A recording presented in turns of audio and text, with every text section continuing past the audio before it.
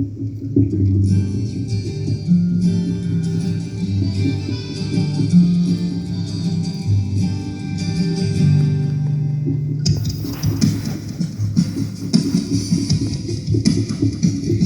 nhạc đừng đi hát thêm bắn vui vì mình từng ngày đừng đi mà kinh lấy bắn nhau và đắp đàn chim của sky đi nghe và rock in my note